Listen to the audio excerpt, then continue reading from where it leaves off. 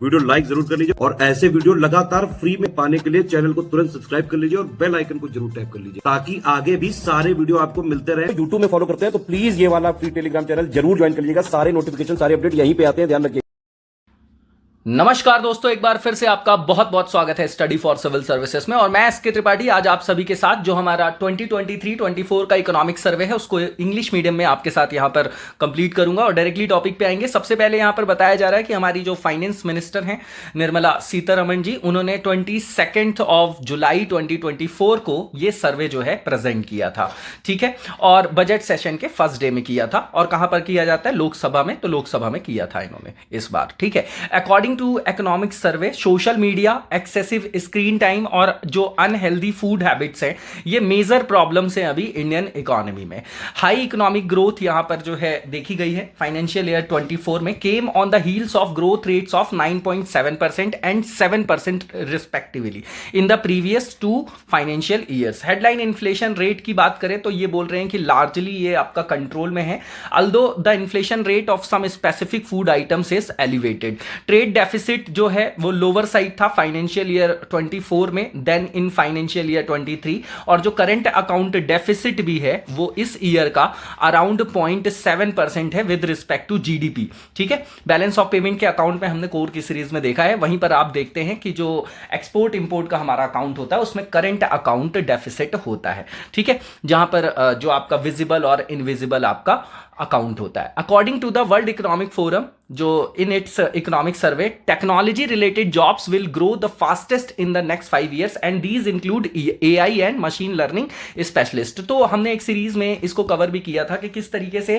Contemporary time पे जैसे artificial intelligence है या मशीन लर्निंग है, डेटा एनालिटिक्स है, ये बहुत इंपॉर्टेंट डोमेन है जहां पर आप देख रहे हैं कि बहुत ज्यादा ग्रोथ देखी जा रही है और वहां पर जो आपकी जॉब है वो बहुत ज्यादा हाईएस्ट सैलरी का पैकेज उनको वहां पर मिलता है, ठीक है। तो कंटेम्परी है ये आपकी टेक्नोलॉजीज, इसलिए यहां पर इस तरीके की जो है एस्पेक्ट देखे जा रहे हैं। Economic survey conservatively projects a real GDP growth of 6.5 to 7% in the financial year 2025। Important data है, देखिए सर्वे का डेटा हमारे पास होना चाहिए परसेंटेज वाइज। जब हम बजट पढ़ रहे थे तो मैंने बोला था उतने बड़े बड़े डेटा जो एलोकेशन होता है फंड का वो याद रखने की जरूरत नहीं, कुछ को अगर एक्सेप्शंस के रूप में हटा दें, लेकिन यहां पर जो परसेंटेज वाले डेटा है ये हमको याद रखने हैं, ये हम यूज करेंगे अपनी आंसर राइटिंग में भी। रियल जीडीपी ग्रोथ की बात करें तो ये आपका 8.2% है 2024 में, ये 8% के ऊपर है लगातार अगर आप देखेंगे तो पिछले 3 से 4 क्वार्टर से।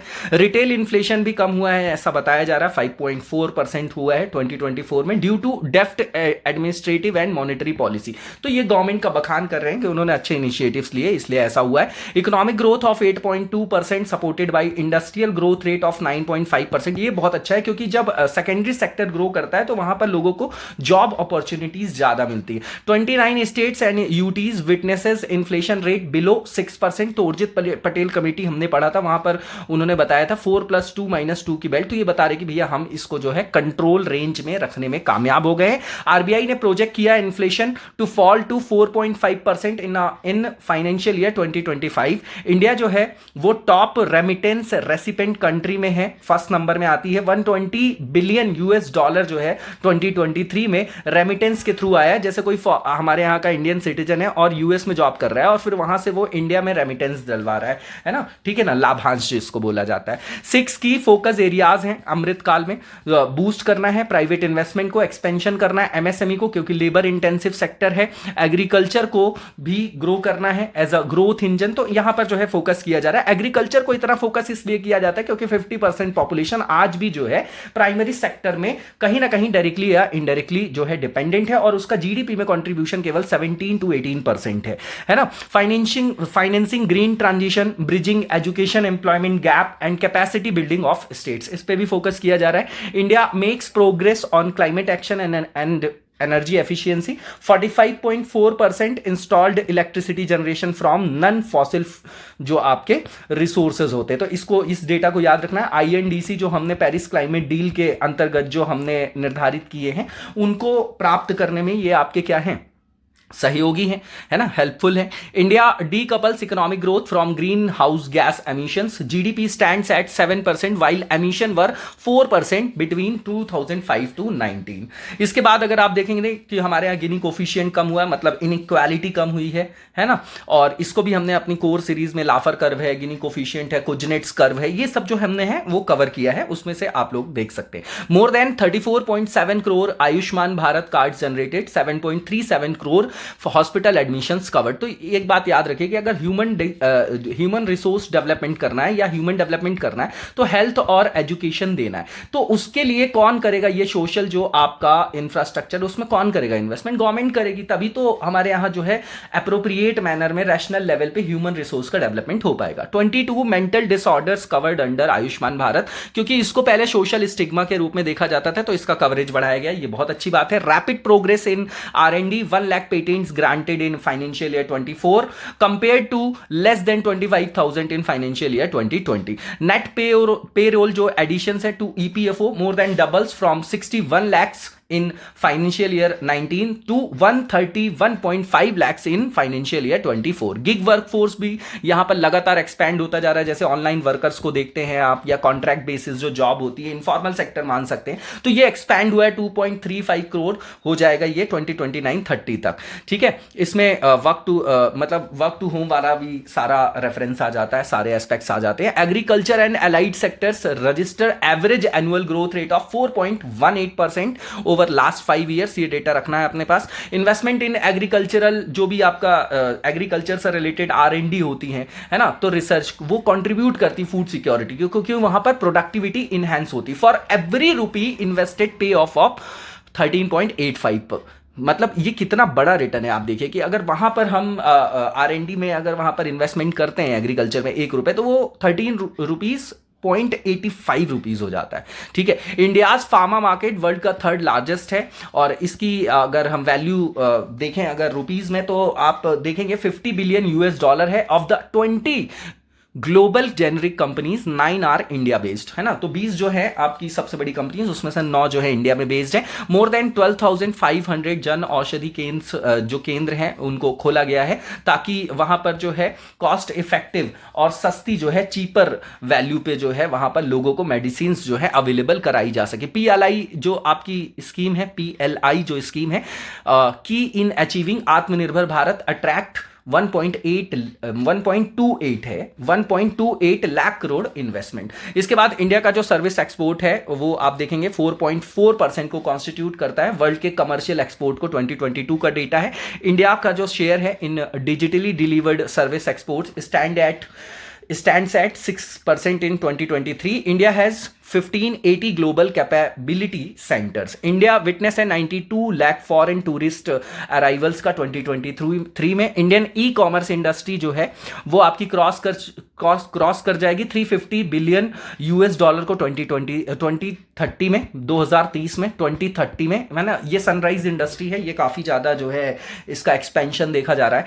एवरेज पेस ऑफ NH जो नेशनल हाईवे कंस्ट्रक्शन है ये भी इंक्रीज हुआ 3 times from 11.7 kilometre per day जो आपका 2014 में था, तो वो अब 34 किलोमीटर पर डे हो गया है 2024 में। रेलवे कैपेक्स भी इंक्रीज किया गया है 77% लास्ट 5 ईयर्स में। न्यू टर्मिनल बिल्डिंग्स में अगर आप देखेंगे तो यहां पर ऑपरेशनलाइज्ड हैं आपकी 21 एयरपोर्ट्स में। तो इंफ्रास्ट्रक्चर डेवलपमेंट के अचीवमेंट्स बताए जा रहे हैं। मिशन लाइफ फोकस करता है on human nature harmony promoting mindful consumption, तो ये कहीं ना कहीं सस्टेनेबल डेवलपमेंट से जुड़ा हुआ है। अब यहां पर ये बहुत इंपॉर्टेंट है, जैसे फूड ग्रेन्स प्रोडक्शन की बात करें तो 2021 से आप 23-24 देखेंगे तो यहां पर ग्रोथ देखी जा रही है, लास्ट ईयर से थोड़ा सा कम हुआ है। इसके बाद इंडस्ट्रियल ग्रोथ देखेंगे तो बहुत अच्छा है, यहां पर ग्रोथ देखी जा रही है। 21-22 में 12.2 था, ये कोविड का एरा है। इसके बाद सर्विसेज में देखेंगे तो इसमें थोड़ा सा कम हुआ है पिछले साल से, है ना, तो इसको देख लेंगे आप। इसके बाद कैपिटल एक्सपेंडिचर की बात करेंगे तो ये बढ़ा है 3.2 हुआ है। फॉरेन ट्रेड अगर आप देखेंगे तो इंपोर्ट एक्सपोर्ट में इंपोर्ट देखेंगे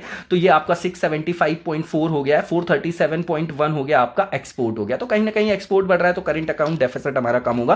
फिस्कल डेफिसिट देखेंगे तो कम हुआ है, बहुत अच्छी बात है, ये कोविड के टाइम पे था। इसके बाद अब 5.6 है। फॉरेन एक्सचेंज रिजर्व जो अगर आप देखेंगे तो ये बढ़ रहा है, ये अच्छी चीज है हमारी इकोनॉमी के लिए। इकोनॉमिक सर्वे की अगर समरी देखें तो जो हमारी वित्त मंत्री हैं, फाइनेंस एंड कॉर्पोरेट अफेयर्स की जो मिनिस्टर है निर्मला सीतारमण जी ने, उन्होंने इसको प्रेजेंट किया था, ये हमने देख लिया। अब इसमें इंपॉर्टेंट चैप्टर्स को देखेंगे। तो सबसे पहले स्टेट ऑफ द इकोनॉमी की बात करेंगे, स्टडी एज शी गोज। तो कहने का मतलब ये है कि इकोनॉमिक सर्वे में प्रोजेक्ट किया गया है रियल जीडीपी जो ग्रोथ रेट है उसको 6.5 से 7% के बीच में 24-25 के लिए जो रियल जीडीपी ग्रोथ हो रही है वो आपका 8.2% से हो रहा है फाइनेंशियल ईयर 24 में, एक्सीडिंग 8% लगातार देखेंगे तो 3-4 क्वार्टर से। देखिए रियल जीडीपी और नॉमिनल जीडीपी में क्या डिफरेंस होता है ये भी समझ लेते हैं। नॉमिनल का मतलब ये होता है जब करंट ईयर्स के वैल्यू को देखते हैं, और रियल का मतलब वो जब बेस ईयर से हम कंपेयर करके देखते हैं। तो ज्यादा रिलायबल जो होता है वो आपका रियल जीडीपी होता है, ठीक है। सप्लाई साइड की बात करें तो जीवीओ जो है वो बढ़ा है 7.2% से फाइनेंशियल ईयर 2024 में, and net taxes at constant price भी बढ़ा है आपका 19.1% फाइनेंशियल ईयर 24 में। With deft management of administrative and monetary policy, retail inflation reduced from 6.7% in financial year 2023 to 5.4% in financial year 24। देखिए अभी भी कंजम्पशन के लेवल पे देखें नॉर्मल आदमी के तो बहुत ज़्यादा इन्फ्लेशन है हमारे यहाँ, फिर भी ये डेटा याद रखना है, क्योंकि अगर आप देखेंगे कोविड के टाइम पे जो चीज़ आपकी 100 रुपये का रिफाइंड ऑयल आता था आज 200 रुपये का है, जो गाड़ी आपकी 8 लाख की आती थी वो 16 लाख की। तो यहाँ पर कहीं ना कहीं जो है इन्फ्लेशन तो बढ़ा है। करंट अकाउंट डेफिसिट की बात करें तो ये 0.7% पे खड़ा है with respect to GDP financial year 2024 में, and improvement from the deficit of 2% of GDP in financial year 2023। ये अच्छा डेटा है। Indian economy has recovered and expanded in an orderly fashion post pandemic.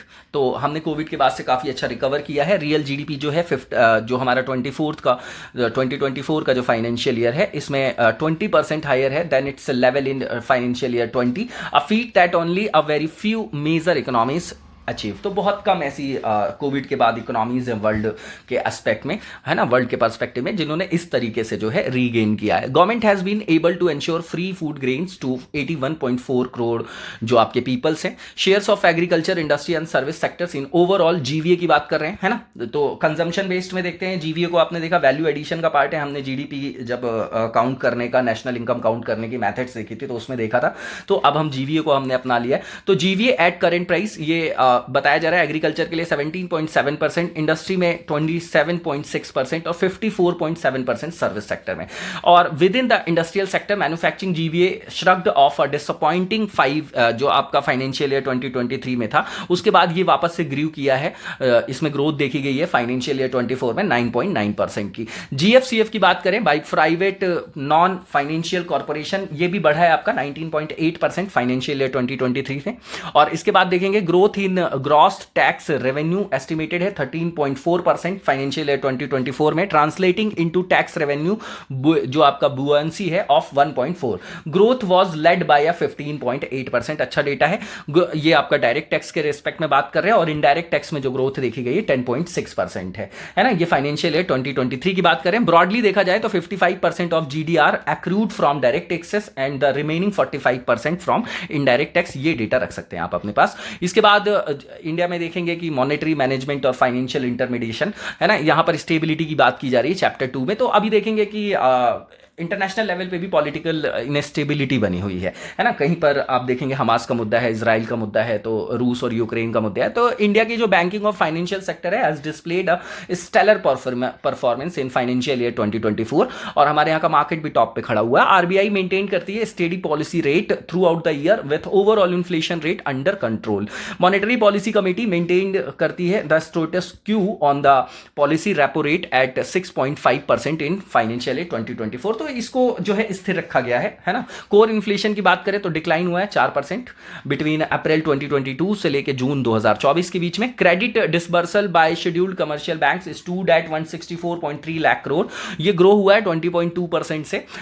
ये मार्च के एंड तक की बात बता रहे हैं, 2024 तक की। Growth in broad money M3 को बोला जाता है, इसको एग्रीगेट मनी भी बोला जाता है। कोर सीरीज में हमने बहुत अच्छे से इसको पढ़ा है। Excluding the impact of merger of HDFC with HDFC bank was 11.2% year on year basis पे बता रहे हैं। 22 ऑफ मार्च 24 तक का डेटा बता रहे हैं, compare to 9% a year ago. Double digit and broad based growth in bank credit gross and net non जो आपके एनपीए हैं, non performing assets at multi year lows, ये बोल रहे हैं कि कम हुआ है, लेकिन हमारे यहाँ बहुत बड़ा है एनपीए की प्रॉब्लम जो है वो बहुत ड्रास्टिक है हमारे यहाँ, क्योंकि जो बड़े बड़े स्कैम्स हुए हैं, नीरव मोदी है, सहारा है, बहुत सारे हैं आपके इस तरीके के, विजय माल्या हैं, तो ये सब अभी तक भी ये शॉर्ट आउट नहीं हो पाए। And improvement in bank asset quality में भी इंप्रूवमेंट किया है इन्होंने, और CRAR का भी लेवल बढ़ा दिया है। तो ये हाईलाइट करती है कि किस तरीके से गवर्नमेंट जो है कमिटेड है हेल्दी और स्टेबल बैंकिंग सेक्टर के लिए। Credit growth remains robust, mainly driven by the lending to services and personal loans.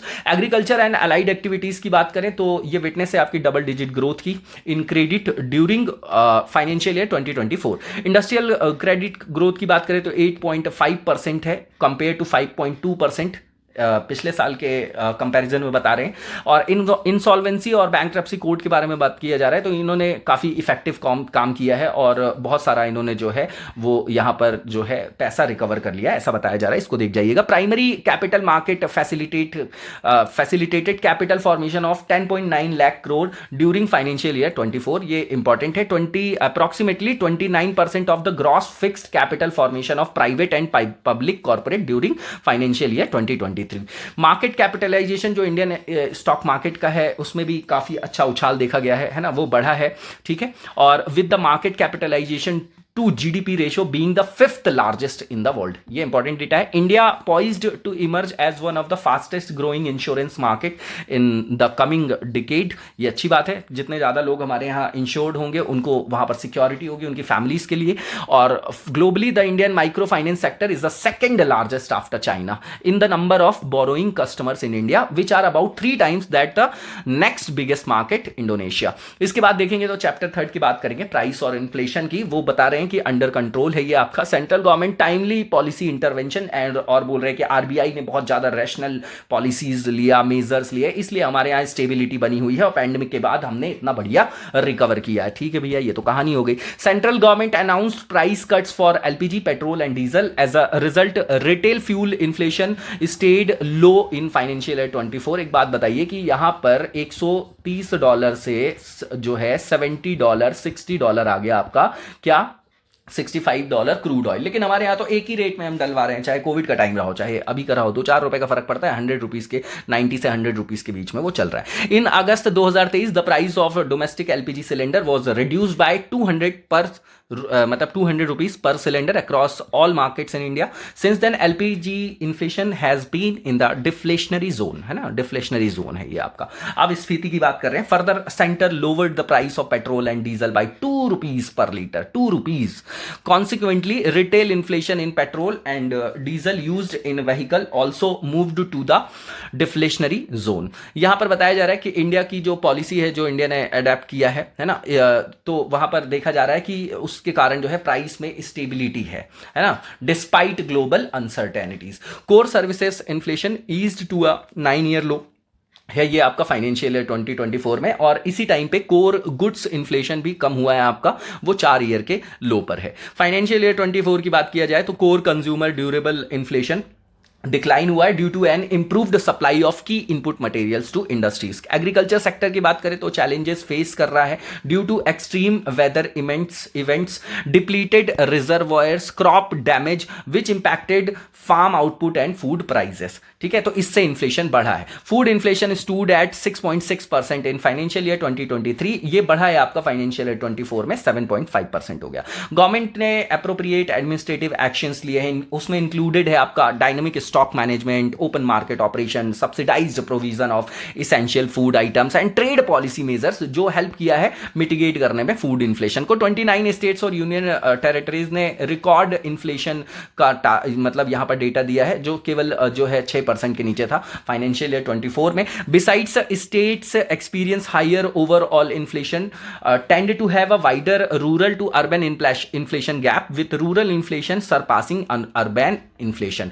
Going forward forward जो आरबीआई का प्रोजेक्शन है इन्फ्लेशन को ये कम करके लाएंगे फाइनेंशियल ईयर 25 में 4.5% की बेल्ट पे और 4.1% ले आएंगे फाइनेंशियल ईयर 2026 में ऐसा बताया जा रहा है, जब नॉर्मल मानसून रहेगा और वहां पर पॉलिसी शॉक्स या कोई एक्सटर्नल कोई इफेक्ट नहीं पड़ता है नेगेटिव। तो आईएमएफ ने फोरकास्ट किया है इन्फ्लेशन 4.6% 2024 के लिए इंडिया के लिए और 4.2 किया है तो 2025 के लिए। इसके बाद चैप्टर नंबर 4 देखेंगे एक्सटर्नल सेक्टर, यहां पर भी स्टेबिलिटी की बात की गई है। तो इंडिया की रैंक की बात किया जाए world banks logistic performance index में तो इंप्रूव हुआ है। पहले हमारी रैंकिंग देखेंगे तो 2018 में 44 थी, 2023 में 38 थी और 38 हो गई है ना 139 कंट्रीज में। तो यहां हमने जो है इंप्रूवमेंट किया है, हमारे यहां ईज ऑफ डूइंग बिजनेस भी बढ़ रहा है। The moderation in merchandise imports and rising service exports have improved India's current account deficit, जो आपका नैरो हुआ है 0.7% हो गया फाइनेंशियल ईयर 2024 में। India is gaining market share in global exports of goods and services. इसका शेयर की बात किया जाए ग्लोबल गुड्स के एक्सपोर्ट्स में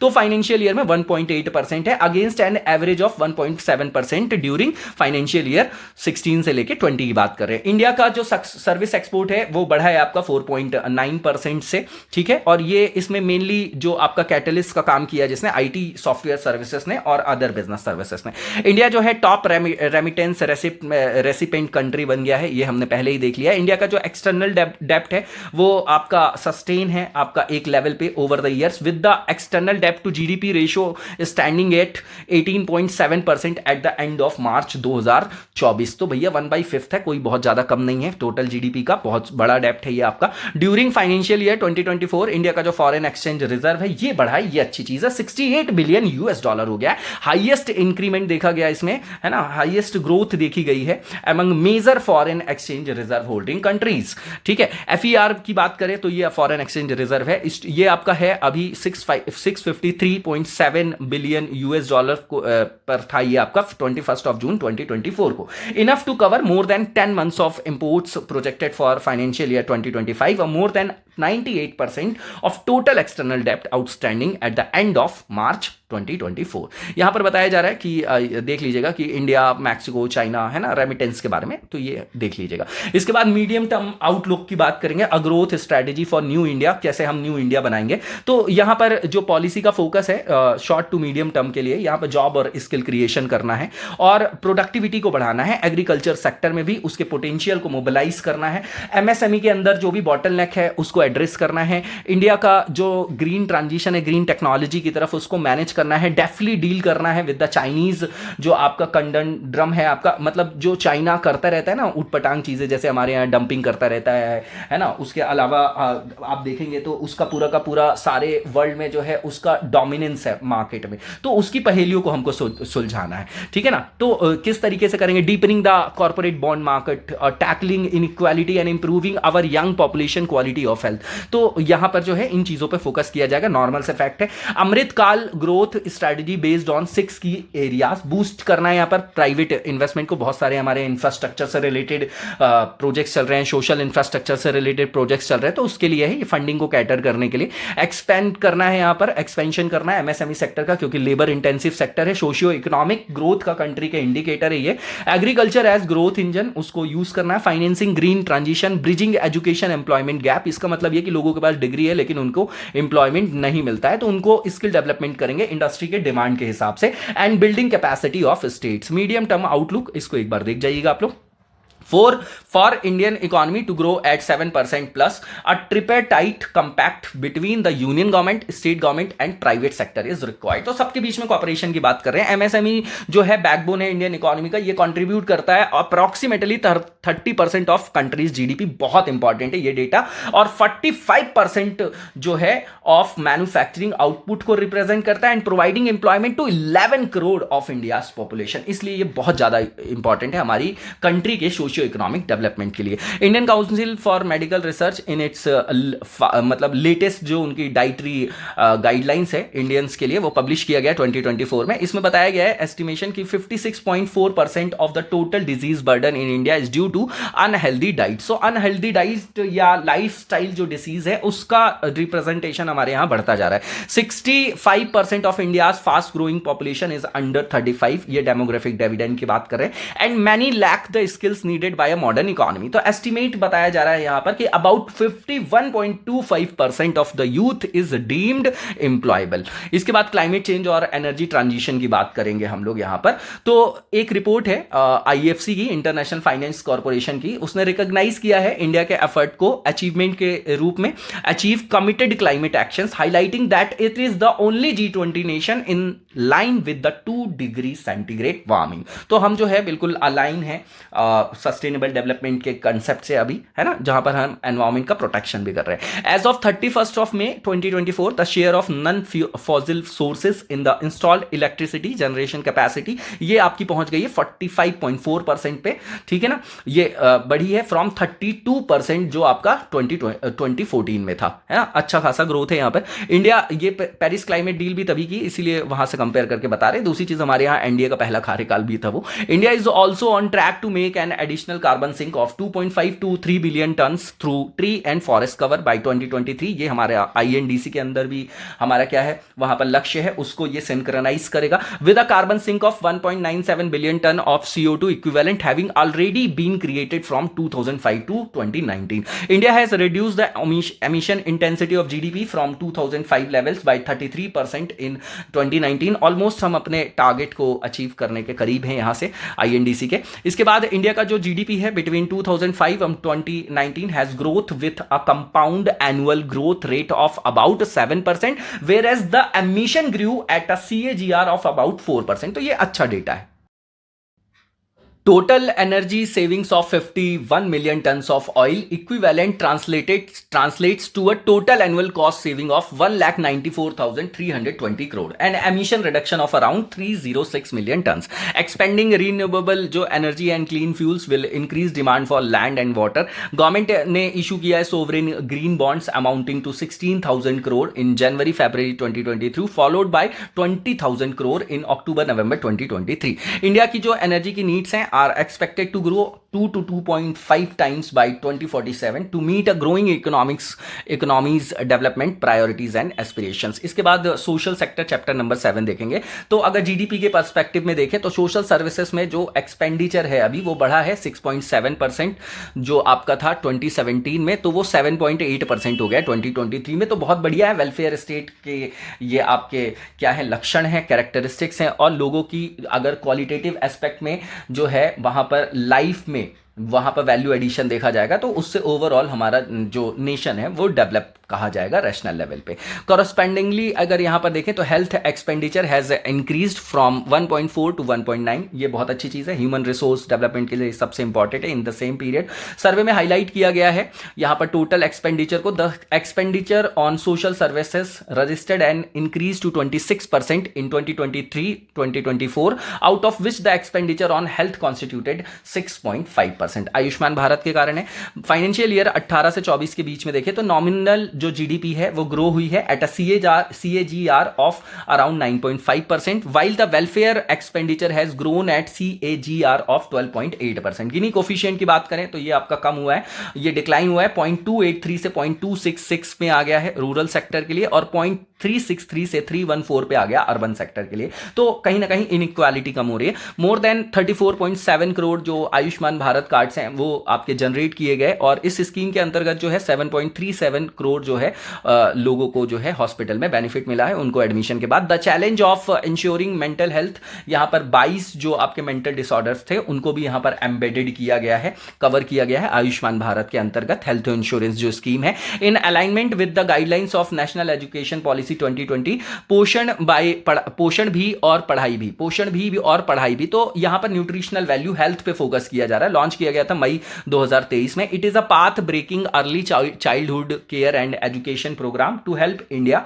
develop the world's largest universal high quality preschool network at anganwadi centre. तो ये बहुत जरूरी है, ये क्योंकि आज के बच्चे जो हैं वो देश के भविष्य हैं, है ना, तो उनके ऊपर फोकस किया जा रहा है, उनकी हेल्थ के ऊपर। जब हेल्थ ठीक रहेगी तभी वो कुछ अच्छा कर पाएंगे। विद्यांजलि इनिशिएटिव की बात करें तो इसने भी क्रूशियल रोल प्ले किया है इनहैंस करने में educational experience of over 1.44 crore students, facilitating community engagement and through volunteer contribution. इसके बाद देखेंगे तो यहाँ पर जो सर्वे में बताया गया है कि all India survey on higher education 2021-2022 का, इसमें जो टोटल एनरोलमेंट बताया गया हायर एजुकेशन में, ये इंक्रीज हुआ है आपका 4.33 crore financial year 2022 from 4.14 crore in financial year 21 and 3.42 crore in financial year 15।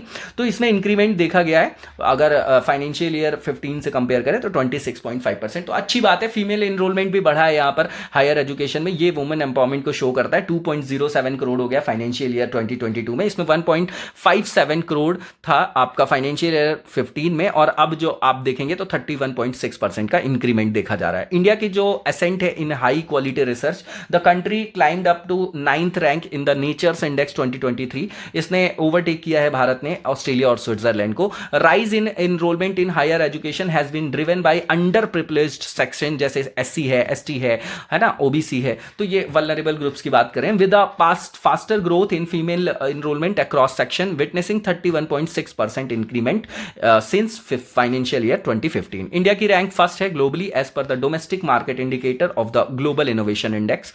इसके बाद देखेंगे तो इंडिया में आप देखेंगे कि India is making rapid progress, R&D में भी बहुत अच्छा प्रोग्रेस कर रहे हैं, with nearly 1 lakh patent granted in financial year 2024। पहले भी देख चुके हैं हम लोग इसको। इसके बाद गवर्नमेंट ने प्रोविजन किया है फाइनेंशियल ईयर 2025 में, यहाँ पर अगर आप देखेंगे तो 3.10 लाख करोड़, ये इतना इंपॉर्टेंट नहीं है। प्रधानमंत्री आवास ग्रामीण योजना के बारे में बता रहे हैं कि 2.63 करोड़ हाउसेस को वहाँ पर कंस्ट्रक्ट किया गया, जो आपके नीडी लोग हैं, पुअर लोग हैं, लास्ट 9 ईयर्स में। और इसके बाद अगर देखा जाए तो जो रोड का कंस्ट्रक्शन है वो भी बढ़ा है ना, और 15.14 लाख किलोमीटर रोड कंस्ट्रक्शन को कंप्लीट किया गया है ना, ठीक है। अगर देखा जाए तो एज ऑफ जुलाई 10 जुलाई 2024 का है ना, तो जुलाई 2024 याद रख सकते हैं। इसके बाद बेसिक एमिनिटीज के टर्म्स पे देखें तो 11.57 जो आपके करोड़ टॉयलेट्स हैं वो कंस्ट्रक्ट किए गए हैं अंडर स्वच्छ भारत मिशन और ग्रामीण, एंड 11.7 करोड़ हाउस होल्ड्स जो है वो प्रोवाइडेड किए गए हैं, हाउस होल्ड्स को जो है टैप वाटर कनेक्शन प्रोवाइड किया गया है under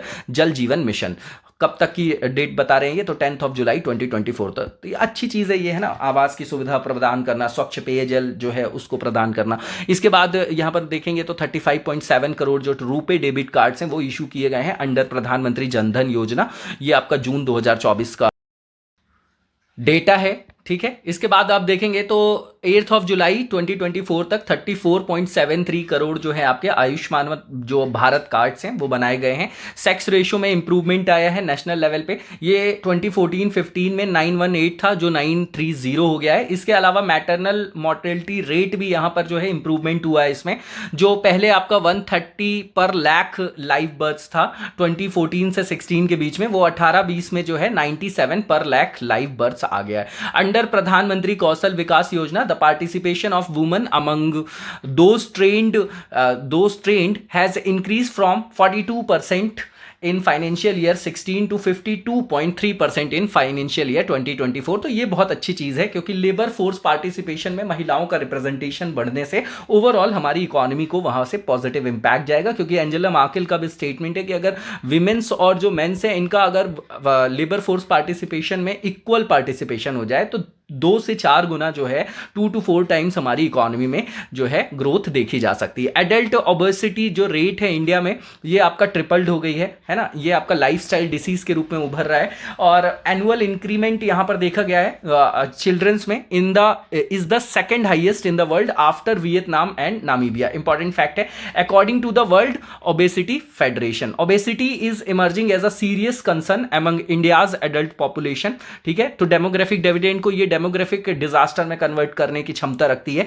according to NFHS survey number 5 जो है आपका, उसमें percentage of man facing obesity जो है जिनका एज ग्रुप है आपका 18 से 69, ये इंक्रीज हुआ आपका 22.9%, ठीक है, इन एनएफएचएस 5 फ्रॉम 18.9% जो आपका एनएफएचएस 4 था, है ना, नेशनल फैमिली हेल्थ सर्वे होता है ना, उसका नंबर बता रहे हैं। वुमेन के लिए बता रहे हैं कि ये बढ़ा है आपका 20.6% से, जो आपका बढ़ के हो गया है 24% हो गया है। ठीक है, फोर्थ और फिफ्थ सर्विस के कंपैरिजन में बता रहे हैं। इसके अलावा पीएम जन औषधि केंद्र स्कीम के अंतर्गत 10,000 नंबर का जो आपका जन औषधि केंद्र है उसको इनॉग्रेट किया गया है देवघर एम्स में लास्ट ईयर। मोर देन 300 अमृत फार्मेसीज जो हैं ऑपरेशनल हैं अभी डिफरेंट स्टेट्स और यूटीज में, तो लोगों को कॉस्ट इफेक्टिव वैल्यू में जो है आपकी मेडिसिन मिल रही हैं सब्सिडाइज्ड रेट में क्रिटिकल इलनेस के लिए। हेल्थ इंफ्रास्ट्रक्चर को बढ़ाया गया, ये हमने पहले ही देख लिया है, और इसमें क्यूमुलेटिव एनुअल ग्रोथ रेट है 15.8% की 18 से 24 जो हमारा फाइनेंशियल ईयर है उसके बारे में बताया जा रहा है। धीरे धीरे हमारे यहाँ जेंडर बजटिंग का भी जो रिप्रेजेंटेशन है बढ़ाया जा रहा है, इससे वुमेन एम्पावरमेंट होगा। तो यहां पर बताया जा रहा है कि इसमें भी जो है 38.7% का राइज देखा गया है जेंडर बजट स्टेटमेंट में विज़ जो आपका फाइनेंशियल ईयर 24 है, एंड 218.8% इंक्रीमेंट है फाइनेंशियल ईयर 14 से अगर कंपेयर करके हम बात करें तो। ठीक है, जेंडर बजट की बात करें in the total union budget तो ये इंक्रीमेंट है इसमें 6.5% का फाइनेंशियल ईयर 25 में, ये हाईएस्ट है जब से इसको इंट्रोड्यूस किया गया है। फाइनेंशियल ईयर 2006 में इसको इंट्रोड्यूस किया गया था। एम्प्लॉयमेंट एंड स्किल डेवलपमेंट को देखेंगे टुवर्ड्स क्वालिटी, तो यहां पर इंडियन लेबर मार्केट जो है इंडिकेट कर रहा है उसमें इंप्रूवमेंट लास्ट 6 ईयर्स में, विद द अनएम्प्लॉयमेंट रेट भी वहां पर कम हुआ है 3.2% रह गया है 2022-23 में। क्वार्टरली जो अर्बन अनएम्प्लॉयमेंट रेट है जो आपके 15 ईयर्स से ज्यादा के लोग हैं वर्किंग पॉपुलेशन एज ग्रुप की बात कर रहे हैं and above, decline to 6.7% in the quarter ending March 2024 from 6.8% in the corresponding quarter of the previous year. According to PLFS more than 45% of work force is employed in agriculture, 11.4% जो है manufacturing sector में, 28.9% जो है service sector में, 13% जो है construction में। PLFS जो है उसके हिसाब से देखें तो 15 से 29 ईयर्स के एज ग्रुप में देखें तो अनएम्प्लॉयमेंट रेट जो है डिक्लाइन हुआ है, 17.8% था आपका 2017-18 में, ये 22-23 में 10% हो गया।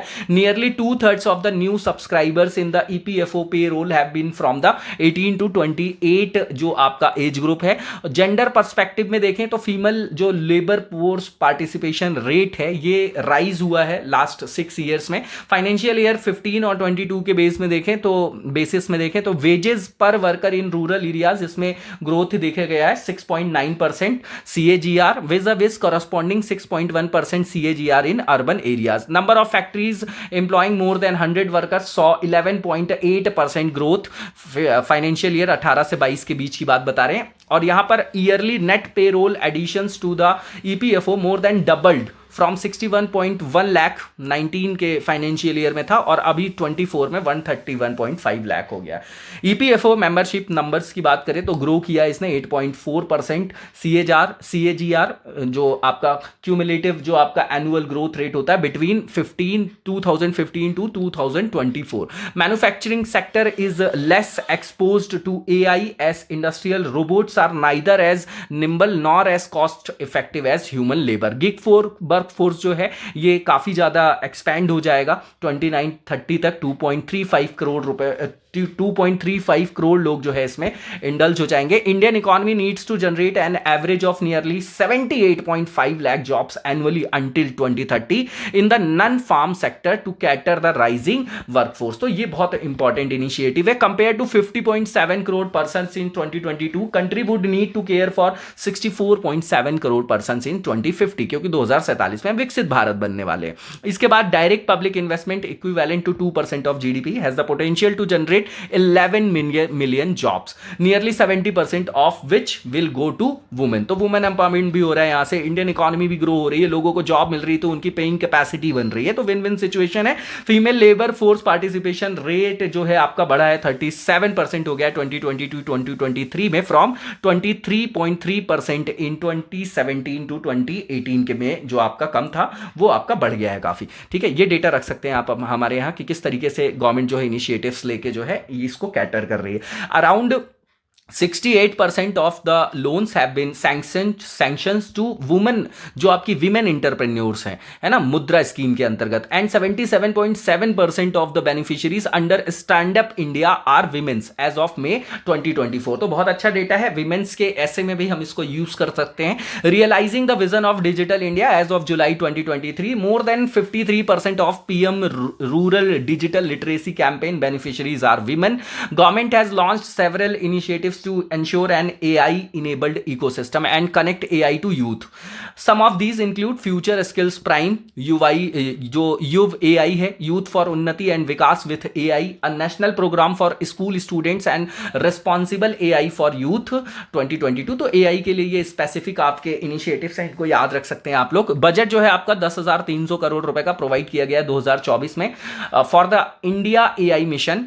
ये सिग्निफिकेंट मूव है स्ट्रेंथन करने के लिए पूरे के पूरे AI इकोसिस्टम को। इकोनॉमिक सर्वे में यहां पर मेंशन किया गया है कि फाइनेंशियल ईयर 2024 में rural wages rose at above 5% every month year on an average. Nominal wage rates in agriculture जो ग्रो हुआ है आपका 7.4% से फॉर मेन, और विमेन्स के लिए 7.7% है। Benefiting from robust agricultural growth during the period, the ways growth in non agriculture activities was at 6% for main and 7.4% for women during the same period. इसके बाद नेक्स्ट चैप्टर देखेंगे हम लोग, agriculture और फूड मैनेजमेंट से related है।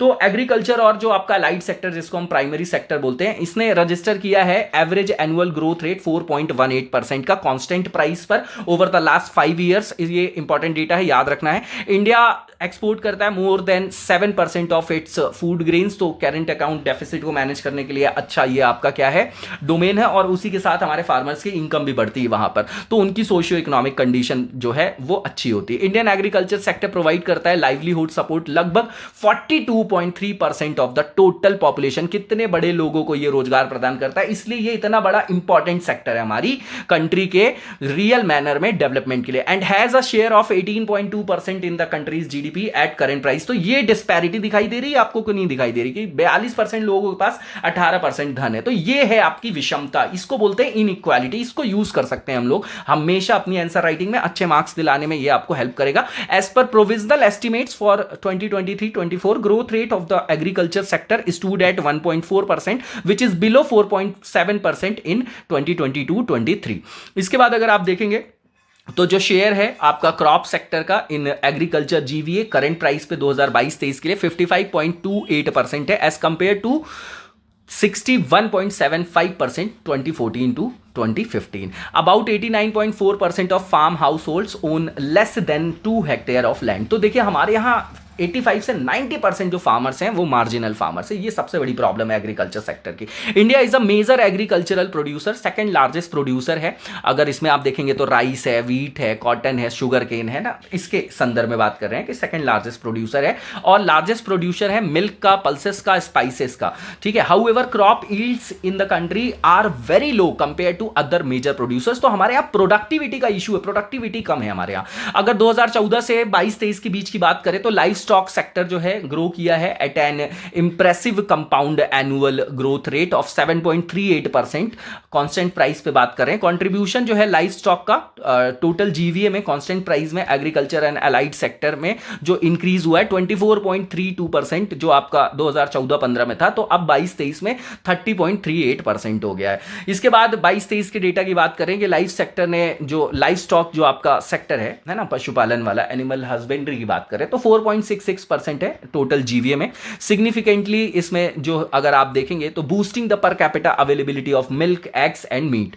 और आपका फिशरीज सेक्टर की बात करें तो क्रूशियल कंट्रीब्यूटर है ये आपका इंडियन इकोनॉमी में, makes up about 6.72% of the agricultural GVA and has grown at compound annual rate of 8.9% between 2014-15 से 22-23 के बीच में बात करें कांस्टेंट प्राइस पे। सनराइज सेक्टर है ये आपका, सपोर्ट करता है अप्रोक्सीमेटली 30 मिलियन पीपल्स को, particularly marginalised and vulnerable communities. बहुत इंपॉर्टेंट फैक्ट है। 22-23 की बात करें तो इंडिया ने अचीव किया रिकॉर्ड फिश प्रोडक्शन यहां पर 17.54 जो है आपका मिलियन टन्स का। रैंक यहां पर ग्लोबली देखें तो थर्ड है, accounting for 8% of total global production. India जो है लार्जेस्ट प्रोड्यूसर है मिल्क का, हमारे यहाँ कंजम्पशन भी उतना होता है। सेकंड लार्जेस्ट प्रोड्यूसर है फ्रूट्स का, वेजिटेबल्स का और शुगर का। 31 जनवरी 2024 की बात करें तो टोटल क्रेडिट जो डिसबर्स किया गया था एग्रीकल्चरल सेक्टर के लिए, एग्रीकल्चर सेक्टर के लिए, तो ये आपका 22.84 लाख करोड़ था। और 31 जनवरी 2024 की बात करें तो बैंक ने इशू किया है 7.5 करोड़ किसान क्रेडिट कार्ड, ठीक है ना। इसमें लिमिट का रुपए बता रहे हैं, ये इतना जरूरी नहीं है। इसके अलावा an area of 90 lakh hectares has been covered under micro irrigation. तो यहां पर जो है आप देखेंगे प्रोडक्टिविटी के लिए काम किया जा रहा है ना। जो आपका जैसे पंजाब हरियाणा या इंदिरा कैनाल के आसपास का जगह देखेंगे तो ओवर इरिगेशन से वहां पर लीचिंग दलदली हो गई है जमीन, तो उसको कैटर करने के लिए, प्रोडक्टिविटी बढ़ाने के लिए ये जो है इस तरीके के इनिशिएटिव्स लिए जाते हैं। In the country under the per drop more crop from 2015-16 to 2023-24 है ना। तो ये इसके जो है पॉजिटिव इंपैक्ट है। एस्टिमेट दिया जा रहा है कि every rupee invested in agricultural research पे ऑफ करती है वो 13.85, पहले भी कवर किया हमने। यहां पर जो जीसीएफ है एग्रीकल्चर सेक्टर में वो ग्रो कर रहा है 19.04% 22-23 में, और GCF as a percentage of GVA rise हुआ है 17.7% इन 2021-2022 और 19.9% देखेंगे तो 2022-2023 में। सजेस्ट किया जा रहा है an increase in investment in agriculture, the average annual growth in GCF from 2016-17 से 22-23 के बीच में लगभग 9.70% है। शेयर जो है आपका नॉन इंस्टीट्यूशनल क्रेडिट का वो 90% था 1950s में, डिक्लाइन होके 21-22 में आपका 23.40 हो गया। तो देखिए अभी भी जो है ये इतना लंबा डेटा यहां पर कंपेयर करें, अभी भी लोगों को जो है फॉर्मल क्रेडिट की जो अवेलेबिलिटी वो बहुत कम है ना। रियलिटी यही है। यूनियन बजट फॉर 2018-19 में अनाउंस किया गया था कि that farmers in India would be given an MSP of at least 1.5 times of the total cost of production. तो ये स्वामीनाथन कमेटी बनी थी, उसकी रिकमेंडेशन में था और करना भी चाहिए था क्योंकि उसको आपको इन्फ्लेशन से भी जो है सिंक्रोनाइज करने की जरूरत थी। Accordingly the government has been increasing the MSP for all 22 kharif, rabi and other commercial crops with a margin of at least 50% over the all India weighted average cost of production since the agricultural year 2018-19। इसके बाद यहां पर देखेंगे तो 29 फरवरी 2024 को एक नई जो एफपीओ स्कीम लाई गई, इसके अंतर्गत 8,195 एफपीओस को रजिस्टर्ड किया गया है ना। फार्मर्स प्रोड्यूसर ऑर्गेनाइजेशंस होता है, ये फार्मर्स के वेलफेयर के लिए काम करता है। Under PMGKAY around 81.35 crore beneficiaries will be provided free food grains for the next 5 years है ना। गरीब कल्याण योजना की बात कर रहे हैं। इसके बाद चैप्टर नंबर 10 की बात करेंगे इंडस्ट्री की। यहां पर एमएसएमई हमेशा फोकस पे रहता है। तो economic growth of 8.2% in financial year 24 was supported by industrial growth 9.5%। Important data है। मैन्युफैक्चरिंग सेक्टर ने अचीव किया है एवरेज एनुअल ग्रोथ रेट 5.2% का लास्ट डिकेड में।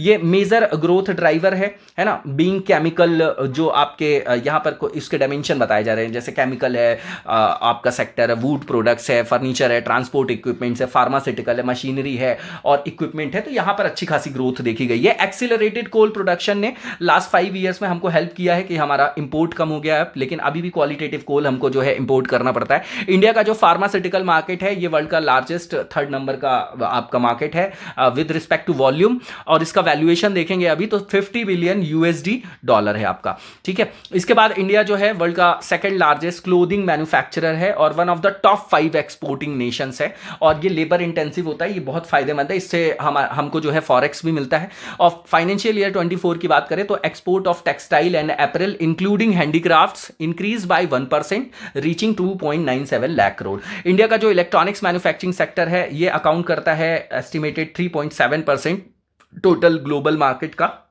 फाइनेंशियल ईयर 2022 का डेटा है। पीएलआई जो स्कीम है ये इसने अट्रैक्ट किया है over 1.28 lakh crore of investment May 2024 तक, which has led to production sales of 10.8 lakh crore and employment generation direct and indirect of over 8.5 lakh. अच्छा डेटा है। इसके बाद जो हमारी एमएसएमई है ना, यहां पर देखेंगे तो according to Ministry of Statistics and Programme Implementation the share of MSMEs in all India manufacturing output during the financial year 2022 35.4%। 5%, बहुत बड़ा डेटा है ये आपका। Data dissemination portal of Directorate General of Commercial Intelligence and Statistics states that the share of export of MSME specified products in all India exports in 2023-24 ये था आपका 45.7%। सर्वे ने highlight किया है to give an impetus to the one district one product. देखिए ये branding है, किसी भी प्रोडक्ट की जो किसी क्षेत्र की स्पेशलिटी उसकी हम ब्रांडिंग करते हैं तो उसको एक्सपोजर देते हैं डोमेस्टिक लेवल पे भी और इंटरनेशनल लेवल पे भी। तो वहां पर जो लोग हैं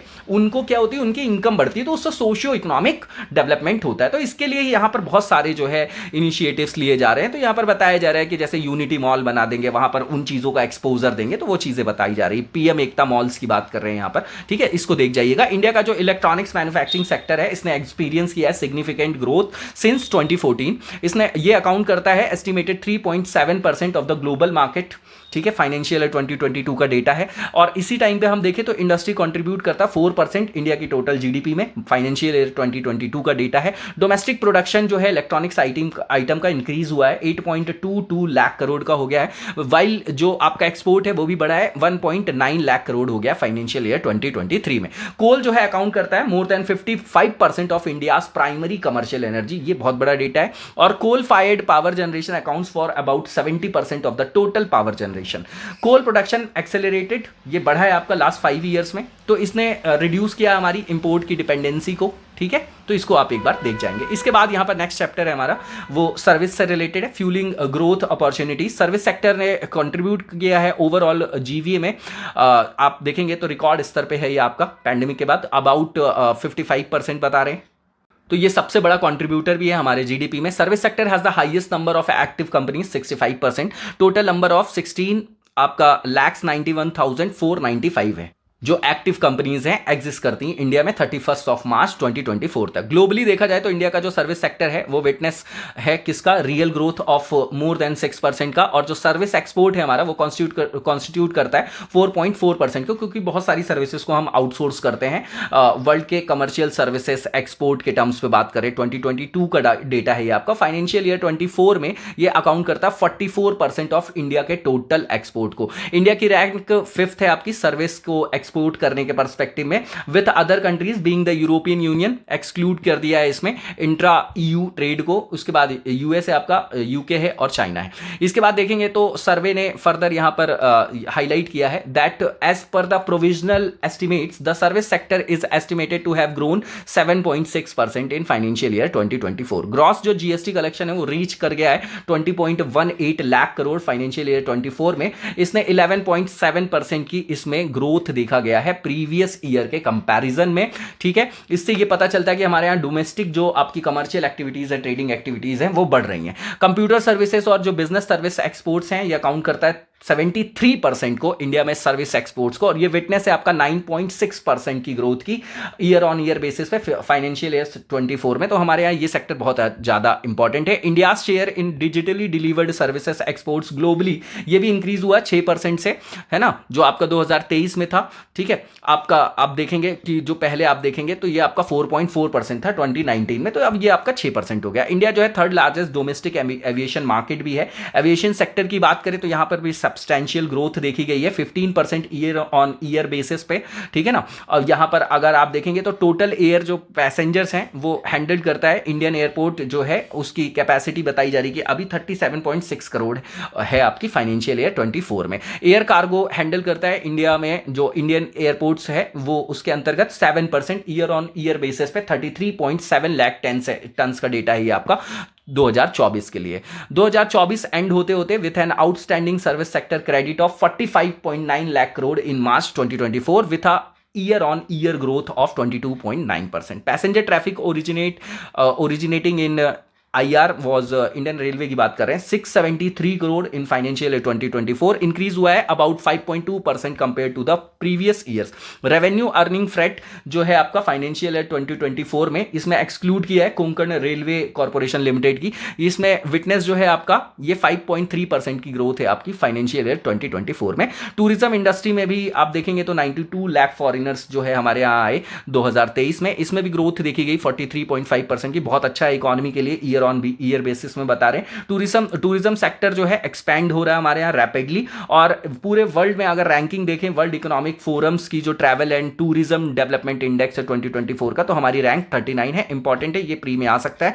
इसके बाद इंडिया का जो शेयर है फॉरेन एक्सचेंज अर्निंग्स में इन वर्ल्ड टूरिज्म रेसिप्ट्स, ये इंक्रीज हुआ है फ्रॉम 1.38% टू 1.58%, है ना, 2021-22 को कंपेयर कर रहे हैं। इसके बाद 2023 में बात करें तो रेसिडेंशियल रियल एस्टेट सेल्स जो है इंडिया में वो हाईएस्ट रही हैं सिंस 2013, है ना, 2013 के बाद से। ये इसमें देखा गया है 33% की ईयर ऑन ईयर बेसिस पे ग्रोथ, ठीक है। इसके बाद आप देखेंगे तो यहां पर टॉप जो आपकी 8 सिटीज हैं वहां पर 4.1 लाख यूनिट जो है वो सेल हुई है। ग्लोबल कैपेबिलिटी सेंटर की बात करें इंडिया में तो have grown significantly from over 1000 centres in financial year 15 और 1580 हो गए आपके 2023 में। Indian e commerce industry expected है वो क्रॉस कर जाएगी 2030 तक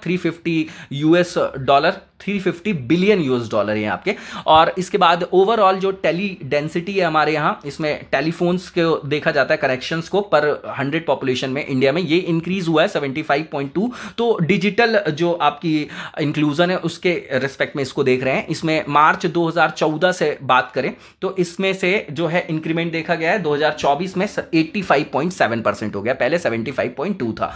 इंटरनेट डेंसिटी भी इंक्रीज हुई है आपकी 68.2% हो गई है आपकी 2024 मार्च में। और 31 मार्च 2024 की बात करें अगर हम लोग तो 6,83,175 किलोमीटर जो आपका ऑप्टिकल फाइबर केबल है वो आपकी बिछाई जा चुकी है, कनेक्ट किए जा चुके हैं इसमें 2,06,709 ग्राम पंचायत को, ठीक है ना। ऑप्टिकल फाइबर जो आपका केबल है भारत नेट फेज 1 और फेज 2 में ये योजना चलाई गई थी, काफी पुरानी, इंपॉर्टेंट है। अभी भी दिखाई नहीं देता, मैं तो जाता हूं कभी कोई ऑफिशियल मीटिंग होती है अगर, तो वहां देखता हूं मैं कि मतलब गांवों में तो इस तरीके का इंफ्रास्ट्रक्चर जो है वो प्रैक्टिकली वहां पर नहीं दिखाई देता है ना। लोग करप्शन बहुत है, उसकी चर्चा बाद में करेंगे।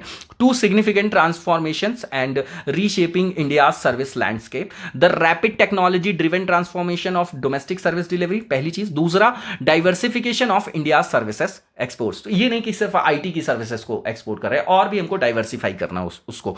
इंडिया जो है, India is amongst the fastest growing 5G network in the world, क्योंकि इतनी पॉपुलेशन भी है हमारे यहाँ। 5G services in India were first launched in October 2022। तो देखिए अभी 5G आ गया लेकिन इतना ज़्यादा कंजेशन है और पता चला कि स्पीड नहीं मिल रही, तो वही बात है कि एफिशिएंसी पे बात करने की जरूरत है, आउटपुट पे बात करने की जरूरत है। ये नहीं कि नाम दे दिए बस हम कि 5G चला रहे हैं, है ना, हमको वैसी स्पीड भी मिलनी चाहिए। The number of technology startups in India, ये भी राइज हुआ आपका 2000 थे आपके 2014 में, और अभी 31,000 है 2023 में। इसके बाद आप देखेंगे तो जो यूनाइटेड नेशन कॉन्फ्रेंस है on trade and development UNCTAD, उसने पब्लिश किया है वर्ल्ड इन्वेस्टमेंट रिपोर्ट 2024 की, और इसमें इंडिया की जो रैंक है वो 15th है in terms of FDI inflow, ठीक है, 2023 के लिए। और इसमें अगर आप देखेंगे तो सेकंड लार्जेस्ट होस्ट कंट्री है India in terms of number of international project finance deals, and 4th largest है इंडिया की ranking in terms of number of green field projects announcements. तो ग्रीन फील्ड किसको बोलते हैं? प्रोजेक्ट जहां पर बिल्कुल नया डेवलपमेंट पे होता है, और ब्राउन फील्ड किसको बोलते हैं? जहां पर एग्जिस्टिंग इंफ्रास्ट्रक्चर को हम मॉडिफाई कर रहे होते हैं, रेनोवेट कर रहे होते हैं। मार्च 2024 की बात करें तो सर्विस परचेजिंग जो मैनेजर्स इंडेक्स था, इसको मतलब इसका जो डेटा है 61.2% का, ये मार्क करता है सेक्टर की मोस्ट सिग्निफिकेंट सेल्स को और बिजनेस एक्टिविटीज को कि वहां पर एक्सपेंशन हो रहा है ना, इन नियरली 14 ईयर्स। और इसके बाद इंफ्रास्ट्रक्चर चैप्टर की बात करेंगे तो 2024 के फाइनेंशियल ईयर में new terminal buildings at 21 airports have been operationalised which has led to an overall increase in passenger handling capacity by approximately 62 million passengers per annum. India की जो रैंक है international shipments category में world bank logistic performance index में improve हुई है, 22nd हो गई है 2023 में, पहले 2014 में 44 थी। क्लीन एनर्जी सेक्टर की बात करें इंडिया में तो बहुत सारा इन्वेस्टमेंट हमारे यहाँ किया गया है 2014 से 23 के बीच में 8.5 लाख करोड़ का। इसके बाद रिन्यूएबल एनर्जी सेक्टर की बात करें तो यहाँ एक्सपेक्टेड है to attract investment of about 30.5 lakh crore in India between 2024 to 2030। Power transmission की बात करें इंडिया में तो इंडिया में कनेक्ट किया गया है into one grid running on one frequency with the inter regional capability of transferring 1,18,740 megawatts. It is emerging as one of the largest unified electricity grid in the world, है ना। इस तरीके के facts हमको रखना चाहिए सर्वे में से। 31 मार्च 2024 की बात करें तो जो ट्रांसमिशन सिस्टम है इसको एक्सपैंड किया गया है 4,85,000 544 circuit kilometers of transmission lines and 12,51,080 megavolt ampere of transformation capacity. Peak electricity demand जो है इंक्रीज हुई है 30% टू 13% है, ये 13% है, ध्यान दीजिएगा, 13% है to 243 gigawatt in financial year 24, है ना। तो 23-24 की बात बता रहे हैं। As per the economic survey, total जो आपका टोटल ऑफ 2.86 करोड़ जो हाउस होल्ड्स हैं have been electrified since the launch of Saubhagya Yojana जो लॉन्च की गई थी 2017 में under UN framework convention on climate change, UNFCCC की बात करें, united nation framework on climate change, है ना, ठीक है, मतलब united nation framework convention on climate change है। 1992 का रिव्यू पढ़ा होगा आप लोगों ने, उसके बाद ही ये आता है आपका अस्तित्व में। तो has committed to achieve about 50% cumulative electric power installed capacity from non fossil fuel based energy resource by 2023, क्योंकि INDC में हमने कमिटमेंट किया। Ministry of new and renewable energy is working towards achieving 500 gigawatt of installed जो आपकी electricity capacity है from non fossil sources. कब के लिए है ये आपका टारगेट? 2030 के लिए। इसके बाद 31 मार्च 2024 तक देखा जाए तो टोटल 190.57 गीगावाट जो रिन्यूएबल एनर्जी कैपेसिटी है हमारी जो इंस्टॉल की जा चुकी है कंट्री में। यहां पर शेयर देखा जाए तो टोटल इंस्टॉल्ड जनरेशन कैपेसिटी जो है कंट्री में, उसमें अगर देखा जाए तो रिप्रेजेंटेशन जो है 43.12% है। National Electricity Plan of the Central Electricity Authority, the survey mentions that the non fossil fuel जैसे hydro, nuclear, solar, wind, biomass, small hydro pump, storage pumps है, based capacity which is around 203.4 gigawatt, 46% of the total out of 441.9 gigawatt of total installed capacity 2023 to 24 is likely to increase to 349 gigawatt, 57.3% 2026-27 और 2029-30 में 500.6 gigawatt हो जाएगा जो 64.4% हो जाएगा। तो हम अपने कमिटमेंट को पूरा कर पाएंगे जो हमने INDC के तहत जो हमने अपने लिए बनाया है, कमिटमेंट किया है जो हमने। और प्रेजेंटली इंडिया जो है, India has 55 active space assets which include 18 communication satellite, 9 navigation satellites, 5 scientific satellites, 3 meteorological satellites and 20 earth observation जो आपकी सैटेलाइट्स है। ये एसेट्स हैं हमारी, है ना, जो हमारी स्पेस के अंतर्गत आती हैं। Out of around 19.30 crore rural जो हाउस होल्ड्स हैं at the time of Inception of the जल जीवन mission, only 3.23 crore rural households, 17% had provision of tap water connection, which has now increased 14.89 crore rural households. अगर परसेंटेज में देखें तो 17% था, ये बढ़ के आपका 76.12% हो गया।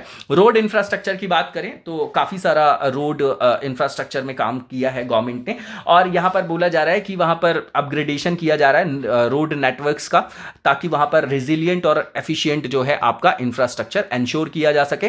कैपिटल इन्वेस्टमेंट जो गवर्नमेंट ने किया है और प्राइवेट सेक्टर ने, ये बढ़ा है आपका 0.4%, 15 जो 2015 का फाइनेंशियल ईयर था, है ना, वहां से अभी अगर देखा जाए तो फाइनेंशियल ईयर 2024 में, है ना, तो अगर आप देखेंगे तो ये आपका अबाउट 1% यहां पर जो है ग्रोथ देखी गई, पहले 0.4 था ये आपका, ठीक है। तो ये डेटा देख जाएंगे आप लोग। The sector has attracted it's highest ever private investment in financial year 2024, है ना, जो PPP मॉडल देखते हैं हम लोग, ठीक है। तो यहां से जो है हमारा जो फंडिंग का क्रंच है उसको मोबिलाइज करते हैं हम लोग, कैटर करते हैं। Referring to the significant progress in the development of national highways, जो सर्वे में ये बताया गया है कि development of national highways over the last 10 years has increase by 1.6 times, है ना, फ्रॉम 2014 टू 2024। इसके बाद अगर आप देखेंगे तो भारतमाला परियोजना बनाई गई है, उसमें भी एक्सपेंशन किया गया। नेशनल जो हाईवे नेटवर्क है इसमें इंक्रीमेंट देखा गया है, the length of high speed corridors by 12 times and 4 lane roads by 2.6 times between 2014 to 2024, है ना, ये इंपॉर्टेंट है, ये फैक्ट हमारे पास रखना चाहिए हमको। Average pace of NH construction increase by 3 times from 11.7 kilometre per day to 34 kilometre per day, है ना, फाइनेंशियल ईयर 2024 में। इंडिया की जो रैंकिंग है 38 है among 139 countries in the logistics performance index 2023 में जो रिलीज किया है वर्ल्ड बैंक ने। इंडिया राइज कर गया है यहाँ पर रैंकिंग में बात करें तो 54 थी पहले 2014 में, 2018 में 44 थी, तो अब हमारी 38 हो गई है। इसके बाद total of 6 multi model logistics park की बात करें तो have been awarded until financial year 2024। तो 6 जो हैं आपके यहाँ पर मल्टी मॉडल लॉजिस्टिक्स पार्क बनाए गए 2024 तक, ठीक है। इसके बाद अगर आप देखेंगे तो यहाँ पर रेलवे इंफ्रास्ट्रक्चर की बात किया जा रहा है, तो यहाँ पर बताया जा रहा है इंडियन रेलवे जो है कवर करता है 68,584 रूट्स किलोमीटर को, है ना। 31 मार्च 2024 का डेटा है और 12.54 लाख एम्प्लॉइज यहाँ पर काम करते हैं। 1 अप्रैल 2024 का आपका डेटा है और ये पूरे वर्ल्ड में अगर देखा जाए तो सिंगल मैनेजमेंट के अंदर 4th लार्जेस्ट नेटवर्क है रेलवे के पर्सपेक्टिव में बात कर रहे हैं। इसमें बताया जा रहा है कि कैपिटल एक्सपेंडिचर जो है वो बढ़ा है रेलवे में 77% लास्ट 5 ईयर्स में, और वंदे मेट्रो जो ट्रेन सेट हैं, कोचेस जो है वो आपके इंट्रोड्यूस किए गए हैं। सर्वे में ये भी बताया गया कि रेलवे ने अचीव किया है इसका highest ever production for both locomotives and wagons in जो फाइनेंशियल ईयर है 24 का। इसमें बताया जा रहा है कि 51 pairs of Vande Bharat have been introduced until March 2024। जो की फोकस एरियाज है रेलवेज में अकॉर्डिंग टू इकोनॉमिक सर्वे, इसमें फास्ट कैपेसिटी ऑगमेंटेशन की बात की गई है, modernisation of rolling stock and maintenance की बात की गई है, इंप्रूव किया गया है क्वालिटी ऑफ सर्विसेज की, है ना, इंप्रूवमेंट में फोकस किया जाएगा, क्वालिटी ऑफ सर्विसेज और एनर्जी एफिशिएंसी पे काम किया जाएगा। प्रोजेक्ट्स फॉर जो आपके 3 मेजर कॉरिडोर्स हैं, हाई ट्रैफिक डेंसिटी कॉरिडोर है, एनर्जी मिनरल सीमेंट कॉरिडोर है, रेल सागर है, पोर्ट कनेक्टिविटी कॉरिडोर्स हैं, are also plan to reduce logistic cost and carbon footprint. और सर्वे में यह भी बताया गया है कि railway has also plan to reduce its carbon footprint primarily through sourcing of its energy requirements through renewable energy resources, and the expected requirement of installation of renewable capacity by 2029-30 is around 30 gigawatt. Other strategies भी mention की गई हैं survey में, including shifting from diesel to electric traction, promotion of energy efficiency and afforestation. इसके बाद 13 number के chapter की बात करेंगे जो क्लाइमेट चेंज से रिलेटेड है।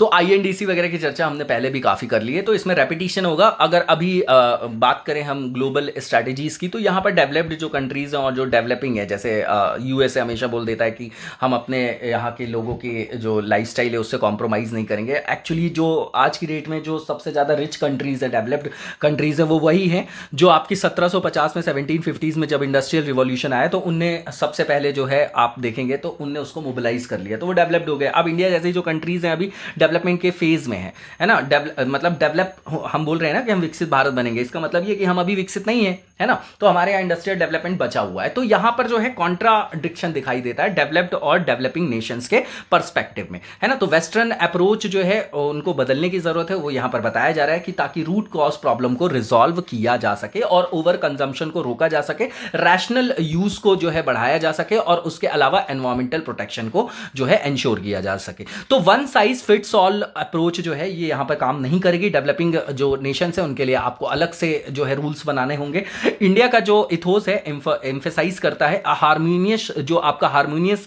रिलेशनशिप है with nature is contrast to the culture of over consumption in other parts of the developed world. तो हमारे यहाँ सैक्रेड फॉरेस्ट देखते हैं, लोग पूजा करते हैं पेड़ पौधों की, तो वो एक्चुअली जो है वो एनवायरमेंटल कंसर्न है कि पहले से ही लोग जो है हमारे यहाँ नेचर को जो है प्रोटेक्ट करके चलते थे, ठीक है। इसके बाद यहाँ पर देखेंगे तो यहाँ प्रॉब्लम और सॉल्यूशन बताया गया, एक बार इसको देख जाइएगा आप लोग। इसके बाद shift towards the traditional multi generational households would create the pathway towards sustainable housing. तो देखिए आप देखेंगे कि 2003 से 5 के बीच में भी जैसे अंडमान निकोबार में जब बाढ़ आई तो वहां पे लोगों ने जो है वहां पर जो आपके ये होते हैं मैंग्रोव्स वगैरह, तो उसका यूज करके वो बच गए, है ना। तो लोकल कम्युनिटी का इसलिए जो है वहां पर बहुत बड़ा रोल होता है एनवायरमेंटल प्रोटेक्शन में या डिजास्टर मैनेजमेंट में, तो वही बताया जा रहा है। मिशन लाइफ की बात करें तो फोकस करता है on human nature harmony, promoting mindful consumption than over consumption that lies at the root of global climate change problem, है ना। तो कैरिंग कैपेसिटी से ज्यादा किसी भी चीज का मोबिलाइजेशन करना ही पोल्यूशन कहलाता है, तो उसको जो है कैटर करना है, मिटिगेट करना है।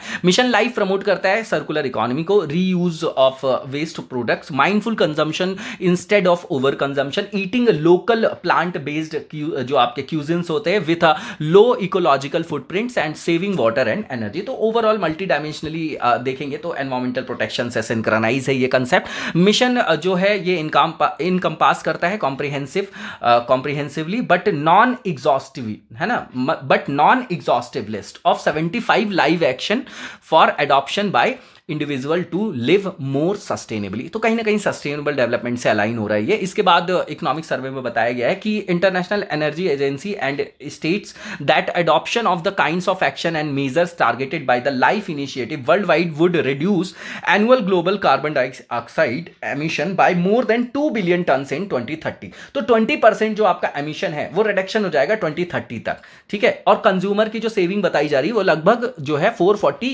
बिलियन US$ है ना। तो ये विन विन सिचुएशन है पूरे वर्ल्ड के लिए। इसके बाद बताया जा रहा है कि despite being one of the fastest growing economies in the world, India का जो annual per capita carbon emission है ये केवल आप देखेंगे तो 1/3 है ग्लोबल एवरेज से अगर देखा जाए तो बहुत अच्छा है। और इंडिया ने सिग्निफिकेंट प्रोग्रेस किया है क्लाइमेट एक्शन में।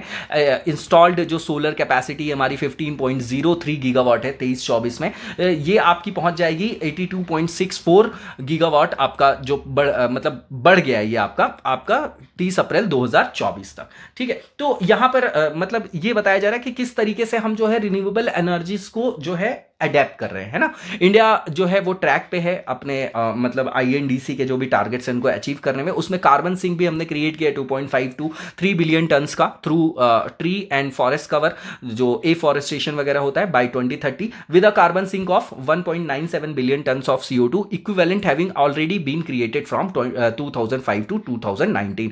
इसके बाद देखेंगे तो इंडिया का जो एमिशन है, एमिशन का जो इंटेंसिटी है GDP के पर्सपेक्टिव में, तो इसमें रिकॉर्ड जो है रिडक्शन देखा गया है 33% का 2019 में, अगर हम कंपेयर करके बात कर रहे हैं यहां पर 2005 के लेवल से।